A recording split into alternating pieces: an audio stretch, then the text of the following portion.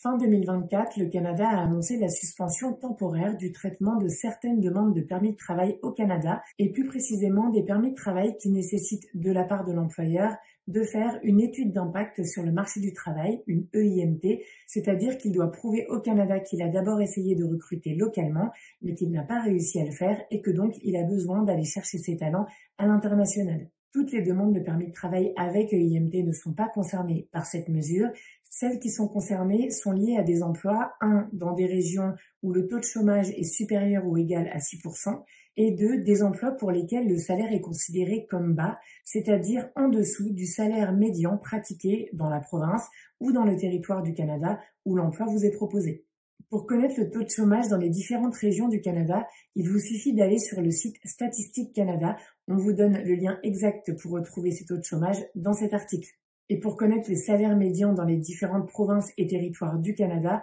vous pouvez consulter notre article sur pvtis.net qui est dédié aux notions de bas et de haut salaire au Canada. Si l'emploi que vous avez trouvé au Canada est dans une région où le taux de chômage est inférieur à 6% ou si vous avez un haut salaire, vous n'êtes pas concerné par cette mesure, sauf peut-être si vous voyez que votre entreprise a déjà plusieurs travailleurs internationaux dans son équipe. Effectivement, le taux maximal de travailleurs étrangers dans chaque entreprise du Canada, qui était auparavant fixé à 20%, a été baissé à 10% en septembre 2024. Ces changements font partie des différentes mesures qui ont été prises par le Canada en 2024 et en 2025 et qui vous ont peut-être impacté négativement. On abordera plus en détail ces différentes mesures lors d'un live avec le cabinet d'avocats en immigration Nadia Barou le 11 mars 2025 à 18h heure française et belge sur notre chaîne YouTube PVTist et notre page Facebook pvtis.net Canada. Et comme d'habitude, si vous ne pouvez pas être là, le replay restera disponible sur notre chaîne YouTube avec en description tous les liens utiles.